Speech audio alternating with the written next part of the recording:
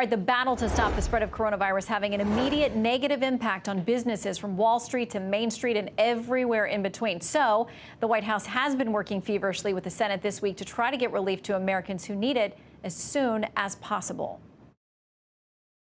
A lot of other country afford something that big. Right. Well, they can definitely afford it. Your message to the tens of thousands of employees of all of these companies who've been furloughed, they live paycheck to paycheck in many cases. What is your message to them? Well, the message is that this was something that happened. It's nobody's fault. It happened, and we're going to take care of it.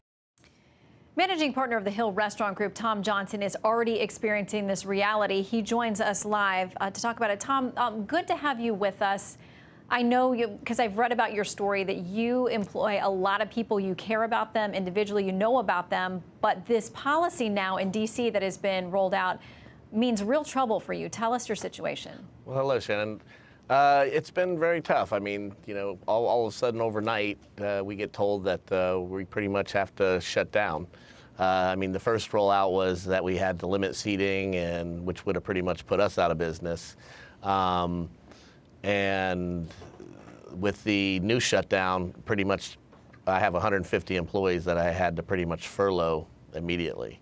You know, we just come out of the slow season in D.C., so, you know, it's not like we're flush with cash going into the season. So this is when we usually make our money. Right, because this is the time of year for folks who don't know. Our cherry blossoms bloom. We get a ton of tourism that pours in this time of year, and it does light up our restaurants and theaters and everything else.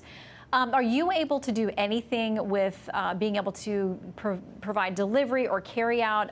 You know, I know a lot of restaurants are trying to do that to string together some work. Is it a possibility for you? Most of our restaurants aren't set up for that. We're more dine-in. We're actually just trying to figure out how to proceed right now. With DC government right now is doing, I think they passed some things just late this evening. Haven't really got to read up on them yet. But I know it's definitely supporting the workforce. You know, our big concern with this whole shutdown was our employees. We were trying to hang on to them as long as possible. I actually got in a little tiff with the mayor. Yes, you did. and you know, when she was initially rolling these things out, you had said, no, I have employees to pay and they have families to feed, and I'm going to do everything I can to stay open. And she basically said, I'm not giving you an option. This is the policy, and you got to do it. Yeah, when she first rolled out the first proposal, which would have limited seating with 6 feet apart and no bar seating, most of our, you know, it wasn't fair. The big places could handle that. The places that are 200 or 300 seats, the small businesses that I would have to shut half my businesses down. I couldn't comply. So I actually put out a post, which, you know, I probably did it a little hastily. And picked a fight with the mayor on, I told pretty much I wasn't going to comply. And then the next day, I even had a talk with the mayor's office and one of her representatives about, you know, if you're going to do it, you just need to shut everything down. And then the next day she did. So we never not complied. So. Well, I mean, listen, I mean, you have so many people who depend on you. We're all a little emotional as this thing is rolling out, and we're trying to figure out how to keep things together. One of the other businesses, and several have been quoted here in D.C., as this is happening all around the country now.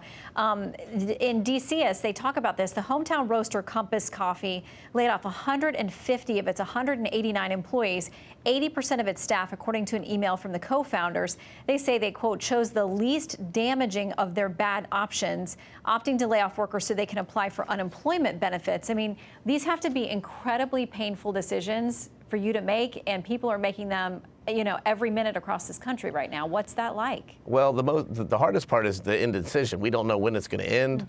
We don't know how long it's going to be. You know, what do you tell your employees? I mean, when are we going to come back to work? That's what they're asking. Is it going to be 2 weeks? Is it going to be a month? Is it going to be, who knows?